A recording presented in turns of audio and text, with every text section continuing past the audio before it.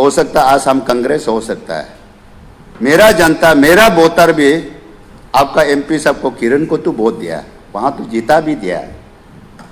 State government का report है दिल्ली में, सेंट्रल गवर्नमेंट को हमारा स्टेट का पूरा इलेक्ट्रिक कनेक्शन हो गया, पानी कनेक्शन हो गया। आप गांव पे प्रैक्टिकल जाके देखिए, बहुत सा गांव अभी तक वाटर कनेक्शन नहीं है, और मैक्सिमम बहुत सा गांव जो है इलेक्ट्रिक कनेक्शन नहीं है।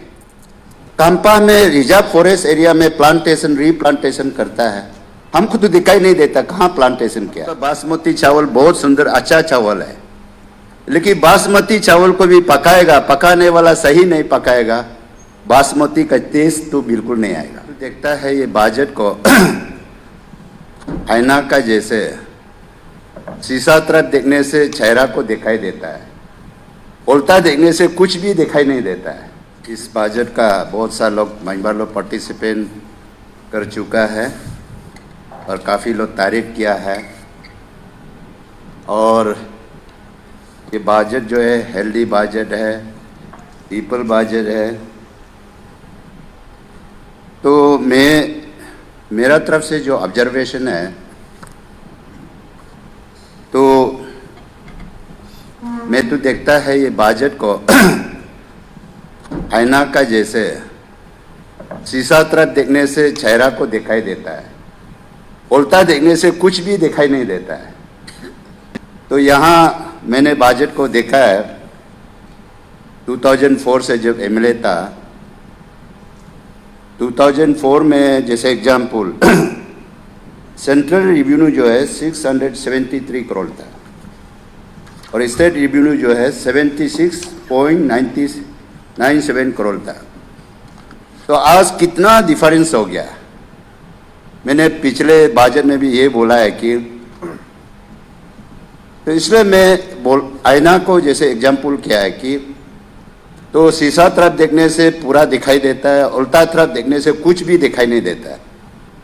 एक तरफ देखता है यहाँ में अभी जैसे central revenue 842.23 crore last time से 11.16% जो है इंक्रीज हो गया।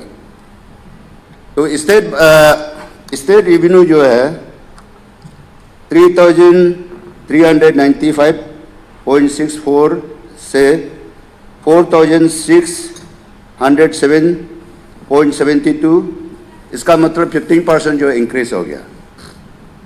तो मैंने पिछले बार भी ये बोला है कि बजट बहुत सुंदर है, हम भी सपोर्ट करता है, लेकिन मैंने वही बोला है आपका बासमती चावल बहुत सुंदर अच्छा चावल है, लेकिन बासमती चावल को भी पकाएगा, पकाने वाला सही नहीं पकाएगा, बासमती का टेस्ट तो बिल्कुल नहीं आएगा।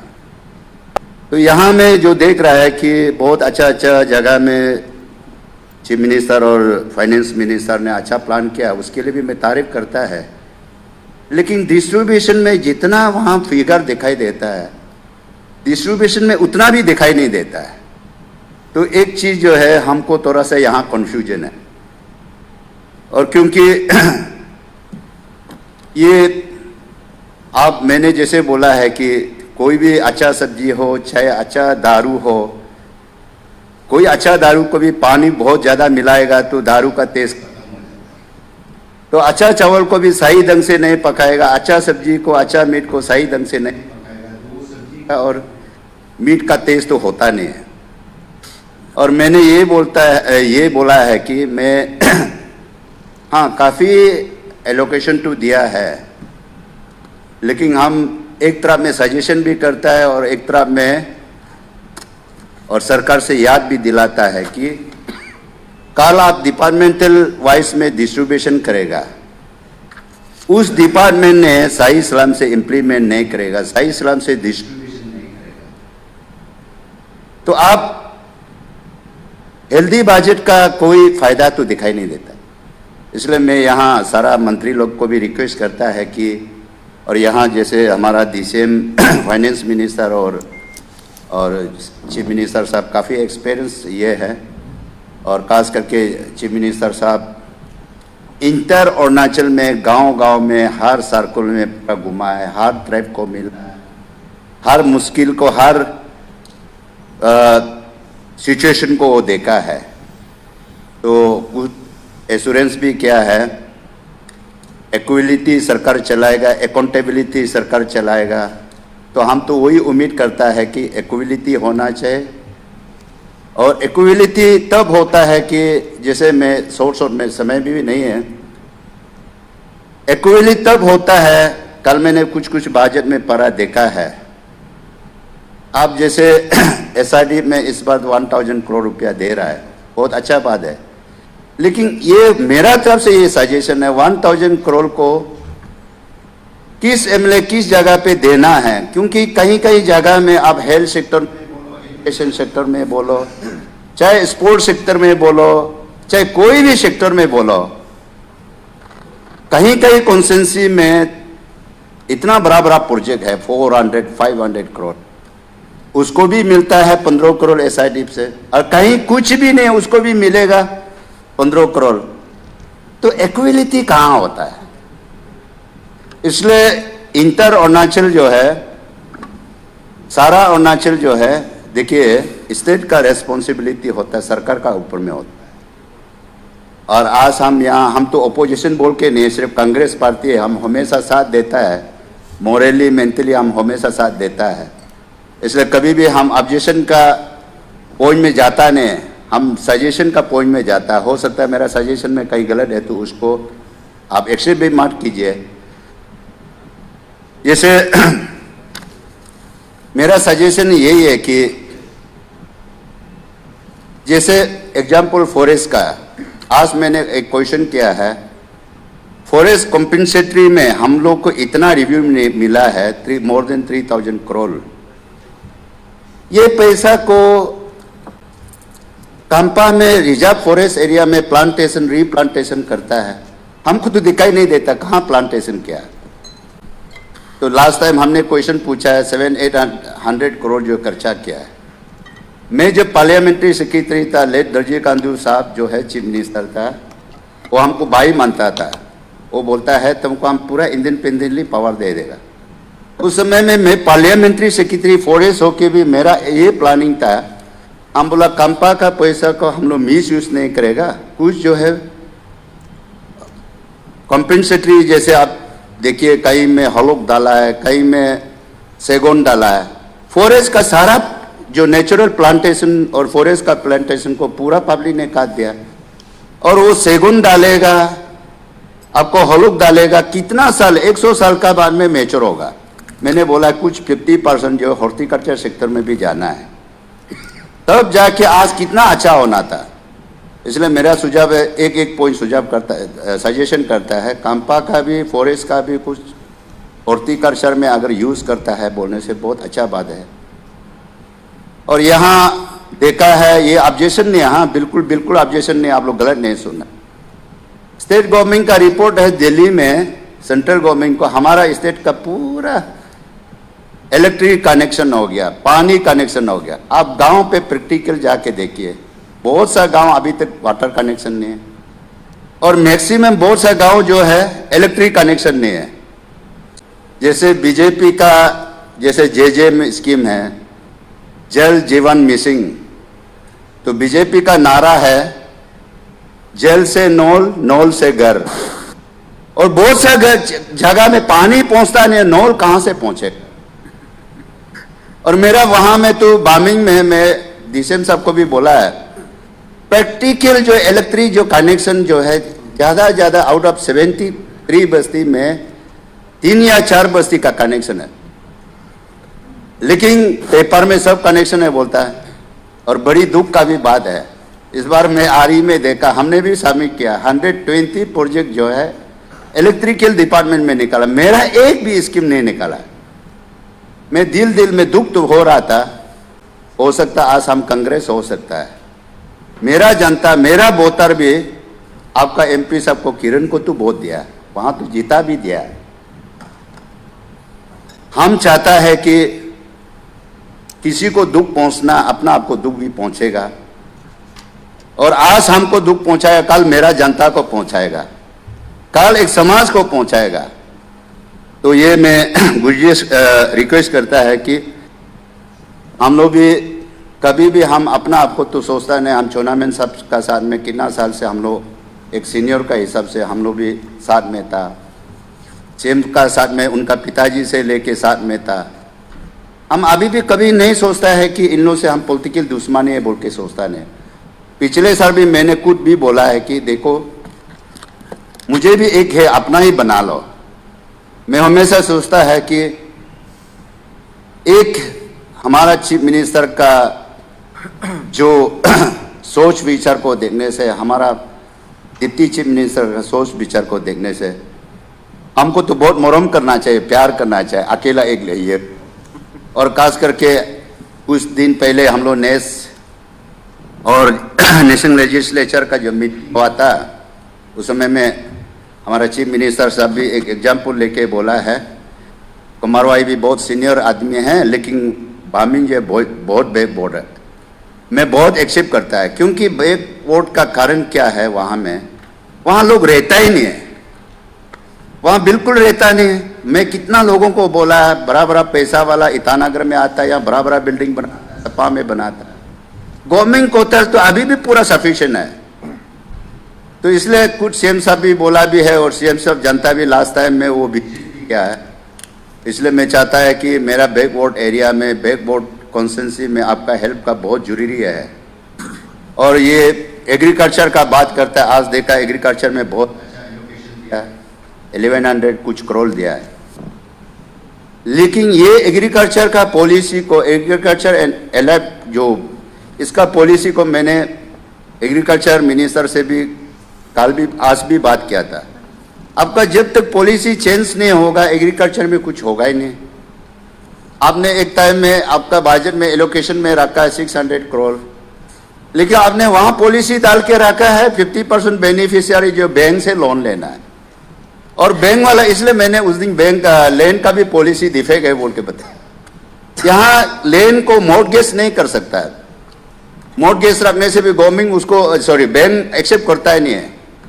इसलिए हो सकता है, तो मेरा ये रिक्वेस्ट है कि आपने बजट में बहुत हेल्दी बजट रखा है।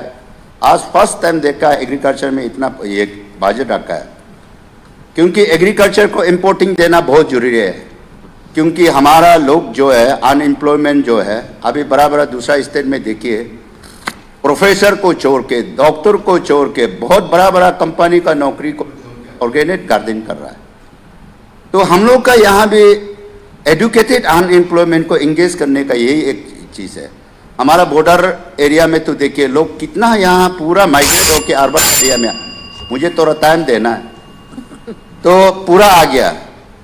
तो इसलिए आया कि वहाँ में गांव में क्या काम है, ना इनकम है ना क्या है।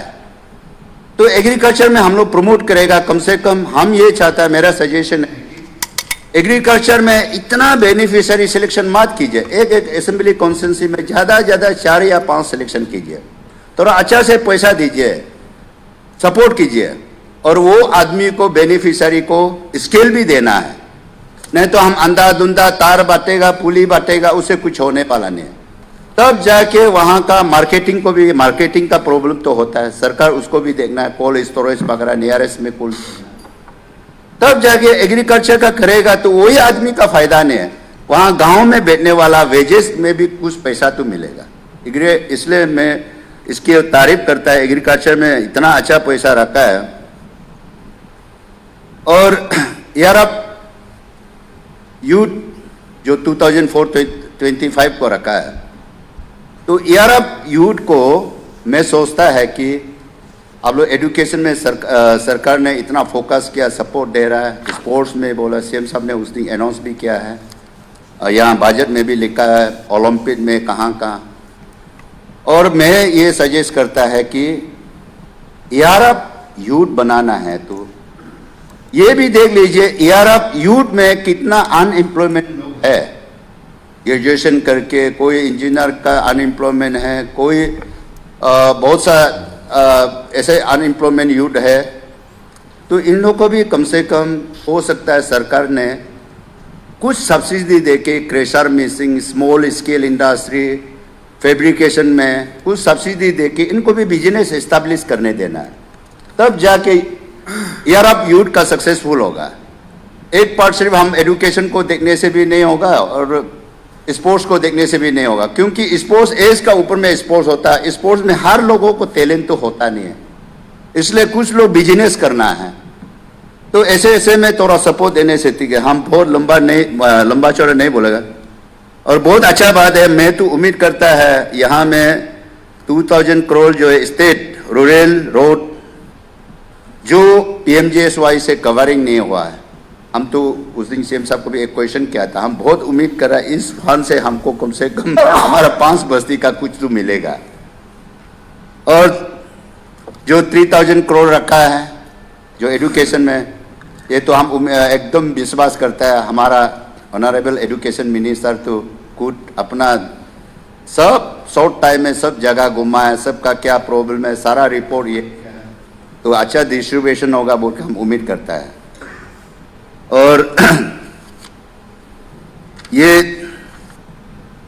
और एक चीज जो है यहां में क्या होता है, सरकार बहुत अच्छा काम करने से भी पहले मैंने जो बोला है, स्कीम देने का बाद में देखता है, हम खुद यहां देख रहा है। उस दिन सीएम साहब ने बहुत अच्छा बात बोला जब पानी तारम भाई ने एक जो रेजुलेशन है वो 0 आवर्स में उतारा है। करप्शन वाला को कभी भी छोड़ना नहीं है, चाहे वो MLA हो, चाहे मंत्री हो, चाहे ऑफिसर हो। यहाँ इतना करप्शन है, हम खुद देख रहा है, बहुत सा इंजीनियर लोग, बहुत सा ऑफिसर लोग, अच्छा वाला भी बहुत है, ऐसे खराब लोग है, प्रोजेक्ट को सेंक्शन करके रखता है, जब तक कॉन्ट्रैक्टर नहीं आएगा पैसा नहीं देगा वो सेंक्शन भी नहीं है, ऐसे वाला लोगों का है। और यहाँ में क्या है, मिडिल क्लास का जो आदमी, पिछले बार आप लोगों ने रूल बनाया 50 लाख तक और उधर सिस्टम होगा, अभी 50 लाख का बाद में जितना भी है ऊपर होने से टेंडर होगा। और बहुत सारे लोगों का पास में जो टेंडर पेपर नहीं का बराबर जैसे है, लेकिन हम लोग ऐसे पॉलिटिकल लीडर हिसाब से हम लोग इलेक्शन में कमिटमेंट करता है, ऊपर में हम लोग जहाँ डेवलप करना है उस जगह पे कहीं कहीं गाँव में एक भी माने ट्रेडिंग लाइसेंस वाला नहीं है, तो मैं प्रैक्टिकल वे में बता रहा है, वो 1 करोड़ का टेंडर डालेगा और जो फार्म मालिक जो है झूठ मूठ का GST बोल के जहाँ 14% 18% काट लेता है, फार्म का अगेंस्ट में वो 4-5% ले लेता है और डिपार्टमेंट कमीशन लेता है। बेचारा काम करने वाला क्या बचता है, कैसे हम लोग उसको बोलेगा आप क्वालिटी काम करो बोल के। इसलिए मैं चाहता है कि इसको भी थोड़ा इन्हेंस करके कम से कम 50, मैं बहुत सा महिबार लोग का स्कीम भी देखा, 20 लाख 30 लाख का, 20 लाख 30 लाख का आज का टाइम में स्कीम रख के क्या अब क्या डेवलपमेंट का आउटकम दिखाई देगा। मिनिमम 50 लाख का 1 करोड़ का होने से कुछ तो काम तो एसेट तो बनाएगा। इसलिए मैं सोचता है कि इसको भी थोड़ा सा 50 लाख का जगह में 1 करोड़ बढ़ा देने से ठीक है, क्योंकि उसको इजीली काम कर सकता है। नहीं तो ये बेचारा दूसरा पेपर से टेंडर करेगा, टेंडर मालिक पूरा काट देगा, बहानाबाजी करेगा, डिपार्टमेंट कमीशन ले लेगा। अभी यहाँ देखा सरकार तो अच्छा काम कर रहा है, लेकिन मैं वही बार बार बोल रहा है, कहीं कहीं जगह डिपार्टमेंट इतना प्रॉब्लम देता है। मैं एग्जाम्पल अभी नाम उसका नहीं लेगा, मैंने आज डिप्टी स्पीकर साहब जो है प्रिविलेज कमेटी का चेयरमैन है, मैं एक ऑफिसर सीनियर ऑफिसर का ऊपर में मैंने केस देख कर रखा, इतना खुलासा सबका ऊपर नीचे नाम लेके पैसा लेते रहता है, मन मर्जी करते रहता है। तो कुछ कुछ लोगों को हम लोग, और यहाँ ऐसे बात नहीं हम सारा डिपार्टमेंट को ब्लेम दे रहा है, सारा ऑफिसर को ब्लेम दे रहा है, लेकिन इतना ये लोग का गंदा का कारण से सरकार को बदनाम होता है, चीफ मिनिस्टर को बदनाम होता है, हमारा DCM को बदनाम होता है। तो इसको भी देखना जरूरी है, क्योंकि सरकार जो है, सरकार का अंदर में ऑफिसर काम कर रहा है, और जब पैसा लेते समय, कमीशन लेते समय वो किसी का नाम लेगा, मंत्री का नाम लेगा, किसी का नाम लेगा, वो बदनाम इन लोग को हो। तो ऐसे ऐसे लोगों को हम तो कंप्लेंट तो दिया, इसलिए अभी नाम तो नहीं लेगा, इसलिए सरकार उसको भी थोड़ा सीरियस लेने से ठीक है। और बजट का चीज जो है, यहाँ देखा है कि हर बजट में सेंट्रल रेवेन्यू बजट है, स्टेट का बोलो, डिक्रीज तो होता नहीं, इंक्रीज होता है। हर साल में कम से कम 7% 8% इंक्रीज तो होता है। मैं सोचता है कि जैसे अभी बहुत सा चीज़ है, क्योंकि बहुत सारे लोग अंदर लोग सोच के बैठा होगा, लेकिन मैं ऐसे एक्सपीरियंस का हिसाब से मैं ऑन बिहाफ आप सबके लिए बोल रहा है, क्योंकि हम लोग पैसा देता है सरकार, स्टेट गवर्नमेंट मार्च को ज़्यादा तरफ रिलीज कर, तो मार्च को खर्चा कहाँ कर पाएगा?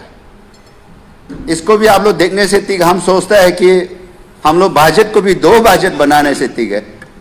जब आपका डिस्ट्रीब्यूशन का बजट जो है सितंबर अगस्त को बना के पैसा डिस्ट्रीब्यूशन कर देना, हाँ ये काम कर, क्योंकि सितंबर अक्टूबर नवंबर दिसंबर ये एक वर्किंग सीजन है, बारिश भी होता नहीं है।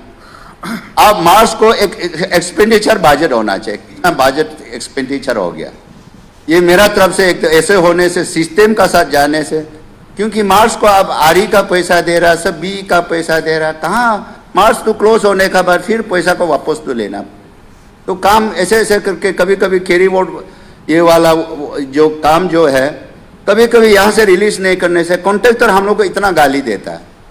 मुझे सिर्फ गाली नहीं देता, सबको गाली देता होगा सब एमएलए लोग।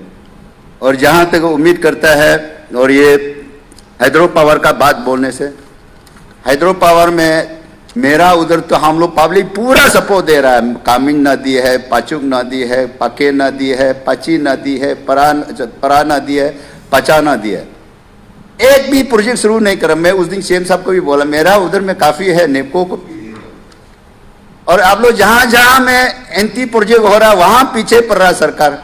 हम लोग प्रो वाला को कम से कम पूछो, हम लोग भी देने का रेडी है, हम लोग प्रोजेक्ट देगा, स्टेट का रेवेन्यू तो मिलेगा, हाँ, तो कम से कम उसको भी थोड़ा आप लोग ध्यान देने से ठीक है। और ये एसआईडी का तो बोल दिया, एसआईडी में डिस्ट्रीब्यूशन में जहां जहां थोड़ा संतुलन नहीं है उसको थोड़ा देख करके थोड़ा ज़्यादा देने से अच्छा है। और बाकी जो तारीफ करने का है उसको तो हम नहीं बोलने से भी सब लोग बोल दिया है। जो आदमी कैजुअल कॉन्टिजेंसी एम्प्लॉयमेंट को जो उसका सैलरी को एनहेंस किया, बहुत उसके लिए आप दोनों को काफ़ी भगवान ने ब्लेसिंग देगा, वो अच्छा काम किया है। और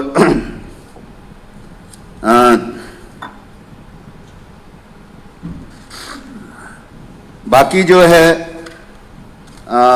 एक्चुअली मैं भी अभी गुवाहाटी जाना, बेटी भी बच्चा भी बहुत सीरियस हो रहा है, बार बार फ़ोन कर रहा है, इसलिए कल भी नहीं आ पाया है। इसलिए मैं यहाँ में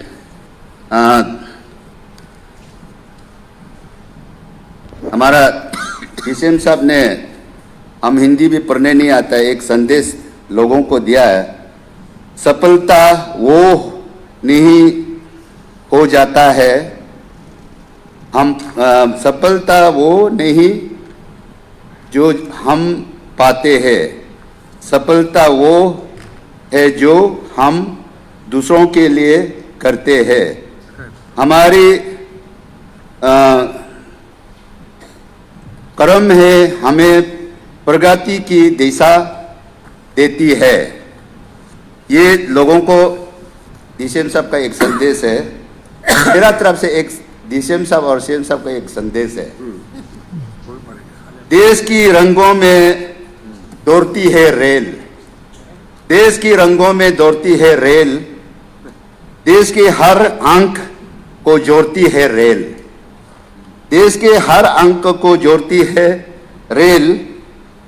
धर्म जाति पाति नहीं जानती है रेल, छोटे बड़े सभी को अपना बनाती है रेल। मैं इसलिए सोचता है कि आप दोनों रेल जैसे चलना चाहिए, सबको लेके चलना है, कोई धर्म का बात नहीं करना है, कोई छोटे बड़े को नहीं बोलना है, कोई ओपोजिशन रूलिंग को नहीं बोलना है, सब ट्रेन जैसा आप दोनों डिब्बा में हम लोग को सब बैठा के चलना है। धन्यवाद। वाह वाह।